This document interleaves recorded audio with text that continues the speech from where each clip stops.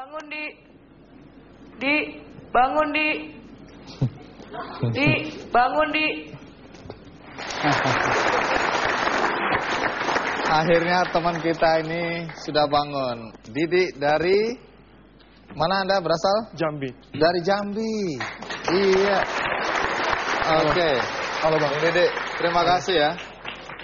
Baru pertama kali ada tamu Kiki Andy tidur di sini ya. Jadi tadi Anda bangun karena alat Anda, alarm ini bergetar. Bergetar. Terus dan ada suara tadi. Suara yang tadi itu suara ibu saya. Oh. Trauma masa kecil. Jadi suara orang yang paling kita takuti kita masukin ke situ. Boleh. Boleh yang itu saya pesen nanti suara bos saya ini. Aninoya bangun. Aninoya kerja keras. Ayo kerja. Gitu, kaget kita. harusnya begitu. Oh, harusnya begitu ya? Ya, jadi terserah. Jadi kita ada memory card-nya, bisa nyimpen sekitar 8 sampai 10 suara. Boleh mau kesukaan, mau ketakutan, misalnya suara bos, suara ibu kita, supaya kita tidak terlalu terbiasa dengan suara-suara itu, dia random.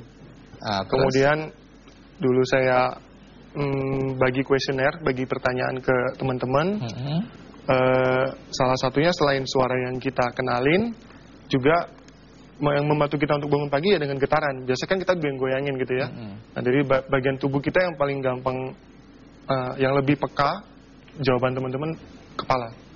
Kalau dilihat ide ini kan menarik ya dari gagasan, tapi dari mana sampai kepikiran, Dik? Oke, jadi terus terang ini waktu saya kuliah dulu. Kita kan kuliah desain, suka lembur, kejar tayang ya, istilahnya. Besok paginya pada hari presentasi yang penting, kita lembur sampai jam-jam 4-5 pagi, presentasi jam 8 pagi, nggak kebangun ya buru-buru, ujung-ujungnya rusak. Baik, menarik. Ini ada Yoris Sebastian yang selama ini menjadi juri dalam kompetisi Jarum Black Innovation Award ini ya. Yoris, bisa ceritakan nggak dalam kompetisi Black Innovation Award ini apa sebenarnya yang dinilai? Yang pertama itu adalah originalitas, dan di tahun terakhir ini kami sudah dibantu oleh lembaga yang memang kompeten di bidang haki. Selain itu kita pastinya akan melihat seperti produk-produk tadi punya problem solving terhadap kehidupan sehari-hari. Dan yang terakhir yang tahun ini saya harapkan akan ada produk-produk yang bukan hanya berguna untuk problem pribadi tapi bisa berguna untuk orang banyak.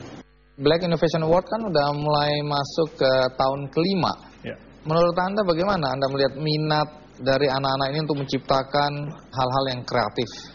Dari tahun ke tahun sih pesertanya makin banyak. Malah sempat 2 tahun yang lalu tuh kita penjurian kaget karena kita datang ternyata karya yang harus dinilai itu banyak sekali yang kualitasnya bagus, sampai sehari itu nggak cukup. Jadi kita pernah harus penjurian untuk tahap awal tuh sampai 2 hari. Dan sampai sekarang juga di www.blackexperience.com tuh banyak sekali animonya bagus sekali itu. Dan kalau dilihat dari tahun ke tahun, karya-karya yang dibikin tuh makin aplikatif dan makin mungkin untuk diproduksi massal. Tentu ada kelemahan-kelemahan yang Anda lihat. Apa ya kelemahan yang paling menonjol? Yang paling menonjol yaitu mungkin belum dipikirkan biaya pembuatannya. Jadi walaupun sudah makin banyak yang aplikatif, makin banyak yang bisa diproduksi massal, masih seringkali problemnya dari karya-karya yang out of the box ini adalah mereka belum memikirkan bagaimana biaya produksinya dan juga apakah barang ini bisa dimarketingkan gitu ya, bisa dipasarkan secara luas.